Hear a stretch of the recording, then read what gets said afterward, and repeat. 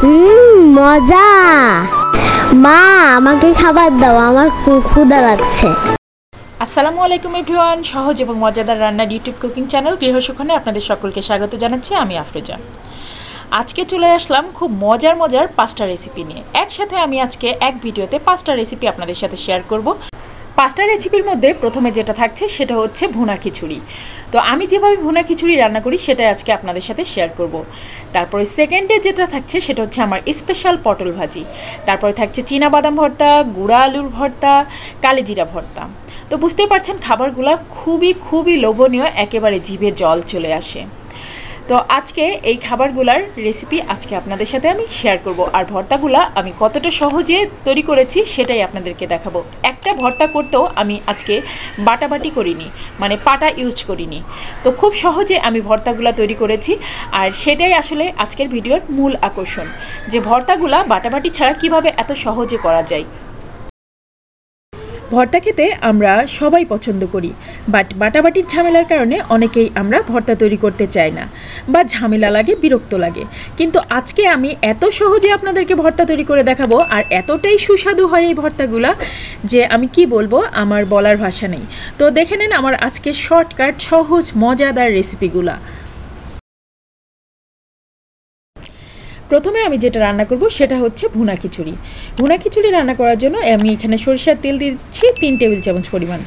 আপনারা চাইলে এখানে সয়াবিন তেল ইউজ করতে পারেন, ক্যানোলা অয়েল ইউজ করতে পারেন, অলিভ অয়েল ইউজ করতে পারেন, বা বাটার ইউজ করতে পারেন। দিয়ে দিলাম এখানে 5টা এলাচের ফল। এলাচের ফলগুলো জাস্ট মুখ ফাটিয়ে দিয়ে দিয়েছি। আর 5টা তেজপাতা দিয়ে দিলাম, গোটা তেজপাতা দিয়ে দিলাম, কারণ এটা পরবর্তীতে উঠিয়ে ফেলতে সুবিধা হবে। আর পেঁয়াজ কুচি দিয়ে দিচ্ছি 2 টেবিল চামচ পরিমাণ, আর রসুন কুচি দেব 3 টেবিল চামচ পরিমাণ। রসুনের কুচি আমি খিচুড়িতে একটু বেশিই দিই। রসুনটা কিন্তু আমি এখানে কোনোভাবেই পেস্ট করে দিই না, আমি খিচুড়িতে সব সময় রসুনটাকে গোটাই দেওয়ার চেষ্টা করি, বা গোটাই দিই। আর এখন দিয়ে দিব কিছু কাঁচামরিচ। কাঁচামরিচ এখানে আপনারা আপনাদের স্বাদ অনুসারে দিয়ে দিবেন। আমি এখানে 4-5টা দিয়েছি। আর চাল আর ডালের মিশ্রণটা আমি দিয়ে দিলাম। এখানে হচ্ছে চাল নিয়েছি 200 গ্রাম, আর ডাল নিয়েছি 300 গ্রাম। ডাল নিয়েছি মুগের ডাল, আর চালটা নিয়েছি পোলার চাল, চিনি গুঁড়া চাল যেটা, সেটা নিয়েছি। আমি খিচুড়ি সবসময় চিনি গুঁড়া চালটা দিয়েই করি। আপনারা চাইলে অন্য যে কোনো ধরনের চাল ইউজ করতে পারেন, বা সাদা ভাতের চালটাও ইউজ করতে পারেন। অনেকে আছে যারা পোলার চাল খেলে পেটে গ্যাসের সমস্যা হয়, তারা কিন্তু সাদা ভাতের যে চালটা সেটা ইউজ করতে পারেন। এখন এই সব কিছুকে আমি খুব ভালো মতো একটু ভুনে নিচ্ছি তেলের মধ্যে। এটা যত ভালো ভুনা হবে, মানে যত ভালো করে আপনি ভুনে নেবেন, তত সুন্দর হবে খিচুড়ির টেস্টটা। লবণ স্বাদ অনুসারে, আপনি যতটুকু লবণ খেতে পছন্দ করেন ততটুকুই দিবেন। হলুদটা কিন্তু মোটেও আগে দিতে যাবেন না। হলুদটা যদি আগে দেন তাহলে কি হবে, এই চালটা ধরে যাবে কড়াইয়ের সাথে। আর যেহেতু এটা ননস্টিকের কড়াই না, সেহেতু ধরে যাওয়ার সম্ভাবনা একটু বেশি থাকে, তাই হলুদটা সবার পরে দেওয়াটাই বেটার। আরেকটা কথা বলতে তো ভুলেই গিয়েছি, এখানে আমি যে মুগের ডালটা ইউজ করেছি, এই ডালটা কিন্তু আমি আগের থেকে ভেজে তারপরে ধুয়ে তারপরে কিন্তু এই চালের সাথে মিশিয়েছি। খুব ভালো করে এই ডালটাকে ভেজে নেবেন, আগের থেকে ভেজে নিয়ে তারপর এটাকে ধুয়ে তারপর চালের সাথে মেশাবেন। এখানে আদা রসুনের পেস্ট দিলাম। রসুনের পেস্ট দিয়েছি 2 টেবিল চামচ, আদার পেস্ট দিয়েছি 1 টেবিল চামচ। রসুন গোটা কিন্তু আমি বেশি দিয়েছি, পেস্ট কিন্তু খুবই কম দিয়েছি। খিচুড়ি রান্নার সময় আমি সব সময় রসুনের পরিমাণটা একটু বেশি দিই। রসুনের পরিমাণটা বেশি দেওয়ার কারণ হচ্ছে রসুনের ফ্লেভারটা খিচুড়িতে খুব ভালো লাগে, এতটাই ভালো লাগে যে বলে বোঝাতে পারবো না। এজন্য আমি রসুনটা খিচুড়িতে সবসময় একটু বেশি দেওয়ার চেষ্টা করি, আর গোটা রসুনটা সবসময় বেশি দিই। আর এই যে দেখতেই পাচ্ছেন, আমি কিন্তু খুব ভালো করে এই চাল ডাল মশলার মিশ্রণটাকে ভালো করে ভুনা করে নিচ্ছি তেলের মধ্যে। আর এখন দিয়ে দিচ্ছি পানি। যে পরিমাণ চাল ডাল নিয়েছেন তার ঠিক ডাবল পরিমাণ পানি দিয়ে দিবেন। ব্যাস কমপ্লিট। আর এখন আমার বাকি ছিল হলুদ দেওয়া, সেই হলুদটাও দিয়ে দিলাম। হলুদ এখানে পরিমাণ অনুসারে দিয়ে দিবেন। আমি এখানে আধা চা চামচের মতো হলুদ ইউজ করেছি। ব্যাস, এই তো আর 10 মিনিট লাগবে আমার খিচুড়ি হতে। এখন আমি ঢাকনা দিয়ে ঢেকে খিচুড়িটা হতে দিয়ে রাখলাম। আর একটা চুলায় চলে গেলাম পটল ভাজি করতে। পটল ভাজি করার জন্য আমি এখানে 3 টেবিল চামচের মতো সরিষার তেল দিয়ে দিলাম। আর পটলগুলোকে হলুদ লবণ দিয়ে মাখিয়ে রেখেছিলাম 15 মিনিট আগে। এখন এই পটলগুলোকে আমি এই তেলের মধ্যে দিয়ে দিলাম। এখন খুব মিডিয়াম তাপে এটাকে ভেজে নিতে হবে। এটাকে কিন্তু হাই হিটে ভাজতে গেলে পুড়ে যাবে, তাই একেবারে অল্প আঁচে এটাকে ভাজতে হবে। আস্তে আস্তে হবে এই পটল ভাজিটা। তো এদিকে আমার খিচুড়ি হচ্ছে, এদিকে পটল ভাজিটা আস্তে আস্তে হতে থাক। কিছুক্ষণ পরপর পটলটাকে একটু নেড়ে চেড়ে দিতে হবে, কারণ আমি এটা ননস্টিকের পাতিলে বসাইনি, আমি নর্মাল একটা সিলভারের পাতিলে বসাইছি। তো সেক্ষেত্রে দেখা যায় যে নিচ থেকে লেগে যেতে পারে, তাই কিছুক্ষণ পরপর একটু নেড়ে দিলে সবচেয়ে ভালো হবে। তার জন্য আমি কিছুক্ষণ পরপর নেড়ে দিচ্ছি। আর এখানে দেখতে পাচ্ছেন আমি পটলগুলোকে কিন্তু একদম ছুলে নিইনি, জাস্ট মাঝখান বরাবর একটু ফেড়ে নিয়েছি। পটলের 2 মুখ কেটে নিয়ে মাঝখান বরাবর একটু ফেড়ে নিয়েছি। আর এই তো পটল ভাজি প্রায় হয়ে এসেছে, দেখতে পাচ্ছেন। এইরকম একেবারে মিডিয়াম তাপে পটলটা ভাজি করতে হবে। হাই হিট দিলে কিন্তু পটলটা একদম ভালো ভাজি হবে না, আর এরকম লো টু মিডিয়াম হিটে করলে পটলটা খুব সুন্দর ভাজি হবে। এদিকে আমার খিচুড়িটা কিন্তু হয়ে গিয়েছে, প্রায় পানি শুকিয়ে গিয়েছে। আর এখন আমি যেটা করব, তেজপাতাগুলো খুঁটে ফেলিয়ে দেব। তো তেজপাতাগুলো এই যে এভাবে করে ফেলে দিবেন। এজন্যই আমি তেজপাতাগুলো গোটা গোটা দিয়েছিলাম, যেন আমার ফেলে দিতে সুবিধা হয়। তেজপাতার যে ঘ্রাণটা যাওয়া দরকার ছিল সেটা কিন্তু অলরেডি চলে গিয়েছে, তাই তেজপাতাগুলো এখন আর রাখার কোনো দরকার নেই। এখন যেটা করব, একেবারে লাস্টে আমি গাওয়া ঘি একটু খিচুড়ির মধ্যে দিয়ে দিব, এতে করে একটা শাহি ফ্লেভার যুক্ত হয় খিচুড়িতে। আর গাওয়া ঘিটা আমি নিজে হাতেই তৈরি করি। আমি কিন্তু গাওয়া ঘির অনেক রেসিপি আপনাদের সাথে শেয়ার করেছি। তো গাওয়া ঘি যারা বানাতে পারেন না, তারা আমার ভিডিও দেখে নিতে পারেন। আমি ডেসক্রিপশন বক্সে লিঙ্কটা দিয়ে দেব, গাওয়া ঘি বানানোর লিঙ্কটা। এই তো আমি এখানে গাওয়া ঘি দিয়ে দিচ্ছি। এখানে আমি 2 টেবিল চামচ পরিমাণ গাওয়া ঘি দিয়ে দিচ্ছি। এতে করে খুব সুন্দর একটা ফ্লেভার অ্যাড হয়, আর আমার বাচ্চারা গাওয়া ঘির ফ্লেভারটা খুব পছন্দ করে। এদিকে কিন্তু আমার পটল ভাজিও প্রায় কমপ্লিটের দিকে। আর এখন আমি খিচুড়িটাকে জাস্ট ঢাকনা দিয়ে ঢেকে রেখে দিব। আর পটল ভাজিটা করা হয়ে গেলে আমি অন্য যে ভর্তাগুলো আছে সেগুলো করব। ঘি দেওয়ার পরে একটু নেড়ে দিতে হবে, যেন ঘিটা সব খিচুড়ির সাথে ভালো মতো মিশে যায়। তো নেড়ে চেড়ে দিয়েছি, আর এখন আমি এটাকে ঢাকনা দিয়ে ঢেকে রেখে দিলাম। এদিকে পটল ভাজি দেখতে পাচ্ছেন প্রায় হয়ে গিয়েছে। এখন এর মধ্যে শেষ ফিনিশিংয়ে আমি যেটা দিব, পেঁয়াজ কুচি আর কাঁচামরিচ কুচি। তো পটল ভাজির একেবারে শেষের দিকে যখন পটল ভাজিগুলো প্রায় হয়ে যায়, মানে পটল ভাজি কমপ্লিট, তখন আমি পেঁয়াজ কুচি আর কাঁচামরিচ কুচি দিয়ে দিই। এখানে আমি পেঁয়াজ কুচি দিলাম 3 টেবিল চামচের মতো, আর কাঁচামরিচ আপনারা আপনাদের স্বাদ অনুসারে দিয়ে দিবেন। আমি এখানে 3-4টা কাঁচামরিচ ফালি করে কেটে দিয়ে দিয়েছি, জাস্ট একটা সুন্দর ফ্লেভার যুক্ত হয়। তো এখন এই পেঁয়াজগুলো জাস্ট একটু ব্রাউন কালার হলেই আমি পটল ভাজিটা নামিয়ে ফেলবো। সবসময় কিন্তু মাছ মাংস খেতে ভালো লাগে না, কিছু কিছু সময় এরকম নিরামিষ খাবার খেতেও অনেক ভালো লাগে, যেন মনে হয় অমৃত। মাছ মাংসের থেকেও অনেক বেশি টেস্টি মনে হয়। পটল ভাজিটা আমার বাসার সবাই খুব পছন্দ করে। বেগুন ভাজির তুলনায় পটল ভাজিটা আমার বাসার সবাই বেশি পছন্দ করে। বিশেষ করে আমার বাচ্চারা পটল ভাজি খেতে খুব পছন্দ করে। তো এই যে দেখেন, আমি পটলটাকে কিন্তু এভাবে করে নেড়ে চেড়ে ভাজি করে নিচ্ছি। এই অবস্থায় কিন্তু নাড়া বন্ধ করা যাবে না, কারণ পেঁয়াজটা ভাজি হতে খুব কম সময় লাগে। তো পেঁয়াজটা ব্রাউন কালার চলে আসলেই নামিয়ে ফেলতে হবে। তো দেখতেই পাচ্ছেন পটল ভাজি কিন্তু কমপ্লিট। আমি বারবার দেখে নিচ্ছি পেঁয়াজগুলো কালার এসেছে কিনা। এখন আমি পটল ভাজিটাকে নামিয়ে ফেলবো। পটল ভাজি করতে আমি যে পরিমাণ তেল দিয়েছিলাম, 3 টেবিল চামচ পরিমাণ সরিষার তেল দিয়েছিলাম, তার মধ্যে কিন্তু আমার 2 টেবিল চামচ পরিমাণ পাতিলের মধ্যে রয়েই গেল। মানে আমার খরচ হয়েছে 1 টেবিল চামচ পরিমাণ সরিষার তেল, কারণ পটল ভাজি করতে খুব বেশি তেল লাগে না। তেলটা কিন্তু অবশিষ্ট রয়েছে, আপনি অন্য কোনো কাজে ব্যবহার করতে পারবেন, অন্য কোনো রান্নায় ব্যবহার করতে পারবেন। এখন পটল ভাজিগুলো তুলে নেওয়া হয়ে গেলে আমি এখন যেটা করব সেটা হচ্ছে সিদ্ধ করতে দিব আলুগুলা। তো এখানে এই যে লাল ছোট ছোট আলুগুলো সিদ্ধ করতে দিয়ে দিয়েছি, আলুগুলা সিদ্ধ হোক। আর এর মাঝে আমি কালিজিরা কিছু টেলে নিচ্ছি। কালিজিরা ভর্তার আগে কালিজিরাগুলোকে একটু টেলে নিলে খুব সুন্দর একটা ফ্লেভার আসে। আমি এখানে কালিজিরা নিয়েছি মেজারমেন্ট কাপের 1 কাপ পরিমাণ। মেজারমেন্ট কাপের 1 কাপ পরিমাণ কালিজিরা নিয়েছি। তো কালিজিরাগুলোকে আমি টেলে নিয়েছি প্রথমে চুলায়। কালিজিরা টেলে নেওয়ার জন্য কিন্তু আমি কোনো ধরনের তেল ইউজ করিনি। আর এখন কালিজিরা ভর্তা করার জন্য আমি পেঁয়াজ রসুনগুলোকে টেলে নিব। আমি এখানে পেঁয়াজ কুচি দিব 3 টেবিল চামচ, আর রসুন কুচি দিব 2 টেবিল চামচ। কালিজিরা একটু রসুন কুচি দিলে খুব ভালো একটা ফ্লেভার আসে। আর কাঁচামরিচ দিব 10-12টা। তো সব কিছু দিয়ে একটু একটু ভালো করে টেলে নিব, তবে ব্রাউন কালার আনবো না, জাস্ট হালকা একটু নরম হলেই আমি এগুলাকে নামিয়ে নিব ভর্তার জন্য। তো দেখেন আমি এখানে কাঁচামরিচ দিয়েছি 10-12টা। আপনারা যদি কম কাঁচামরিচ খান তাহলে কম দিবেন, ভর্তা একটু ঝাল বেশি হলে আমার কাছে ভালো লাগে। আর আমি কোনো ধরনের শুকনা মরিচ ইউজ করছি না, কারণ আমি শুকনা মরিচ খুব কম খাওয়ার চেষ্টা করি, আর ভর্তাতে তো সবসময় আমি কাঁচামরিচটাই বেশি খাই, আর কাঁচামরিচটা আমাদের স্বাস্থ্যের জন্যও ভালো। তো আমি এখানে কিছুটা লবণ দিয়েছি, লবণ দিয়ে জাস্ট টেলে নিচ্ছি। লবণটা আপনারা আপনাদের স্বাদ অনুসারে দিবেন, লবণের পরিমাপটা আমি বলতে পারছি না। কালিজিরা ভর্তাটা আমাদের স্বাস্থ্যের জন্য খুবই উপকারী, তাই মাঝে মাঝে কালিজিরা ভর্তা খাওয়া কিন্তু ভালো। রেগুলার খাবারের তালিকাতেও যদি একটু গরম ভাতের সাথে কালিজিরা ভর্তা খাওয়া যায় তাহলে কিন্তু সেটা খুবই স্বাস্থ্যের জন্য ভালো হয়, খুবই স্বাস্থ্যকর একটা খাবার। কালিজিরাতে কিন্তু এত এত গুণাবলী আছে যে আমাদের নবীজি সাল্লাল্লাহু সাল্লাম বলে গিয়েছেন যে শুধুমাত্র মৃত্যু রোগ ব্যতীত সব রোগের চিকিৎসা কালিজিরার মধ্যেই আছে, সব রোগের চিকিৎসা কালিজিরার মধ্যে আছে, শুধুমাত্র মৃত্যু রোগ ব্যতীত। তো কালিজিরা কিন্তু খাওয়া খুবই ভালো স্বাস্থ্যের জন্য।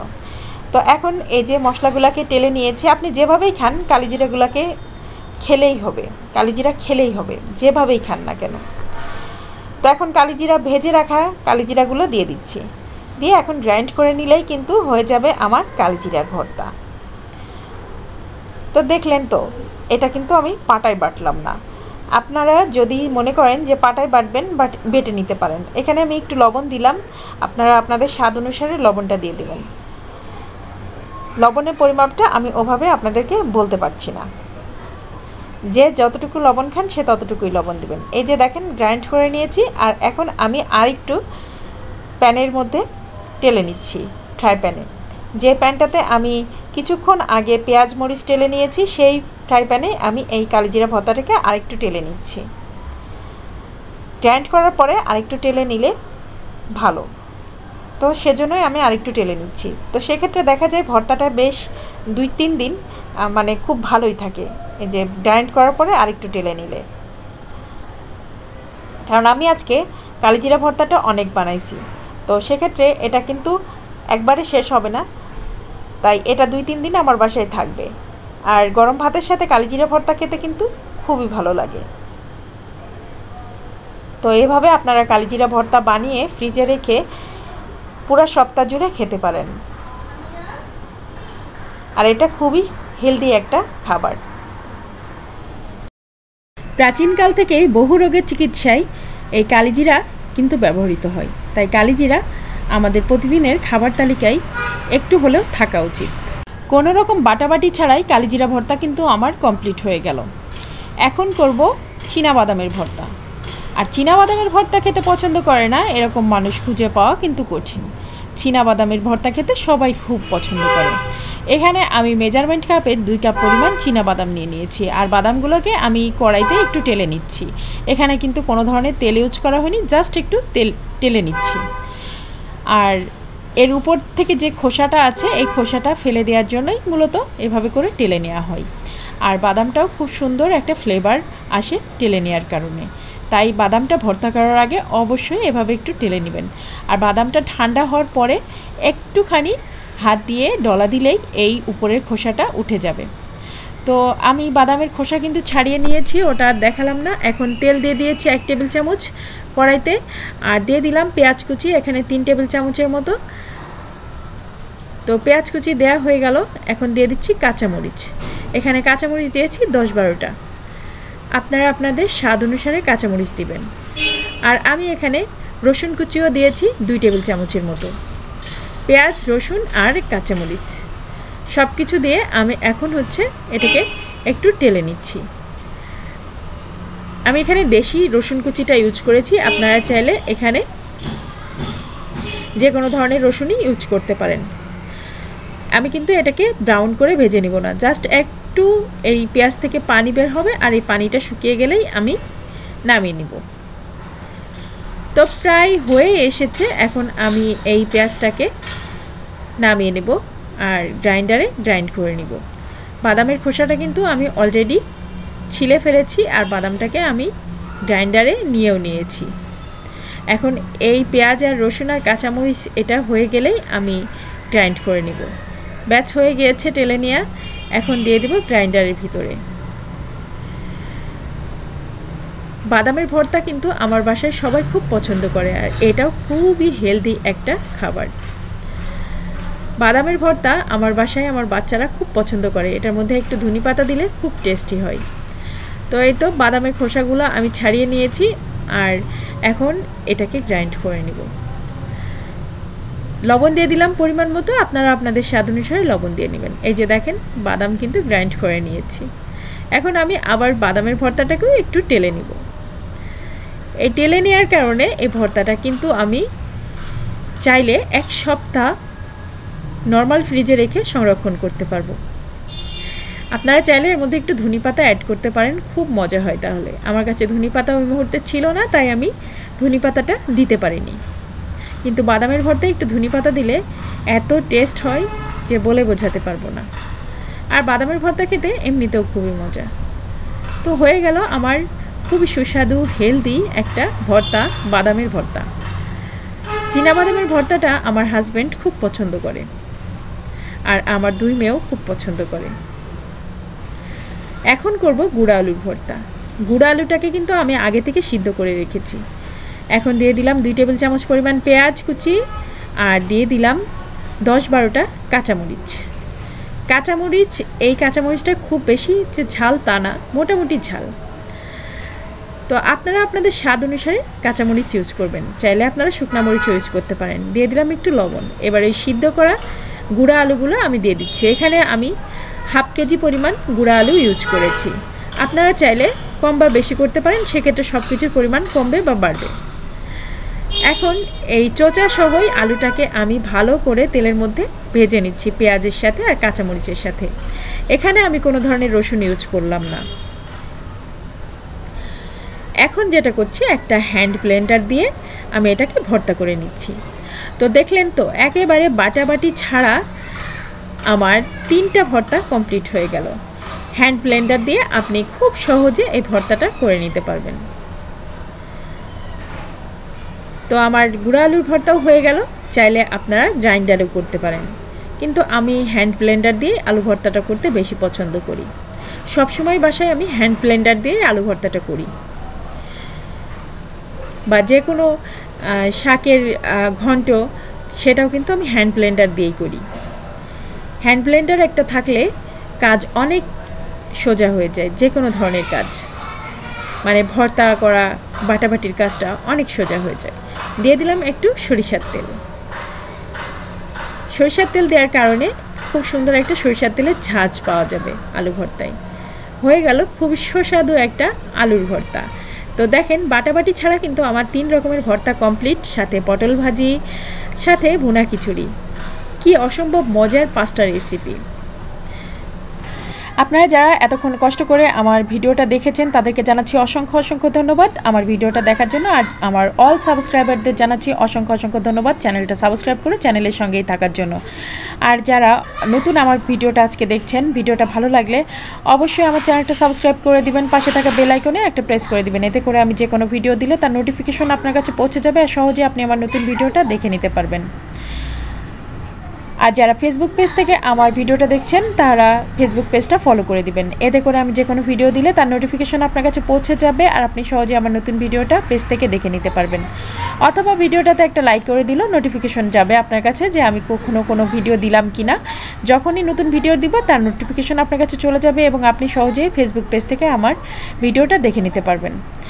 তো দেখলেন তো, বাটাবাটির ঝামেলা ছাড়া কত সহজে ভর্তা তৈরি করা যায়। আমরা সবসময় ভাবি যে বাটাবাটি ছাড়া ভর্তা খাওয়া সম্ভব না, আসলে এটা আমাদের ভুল ধারণা।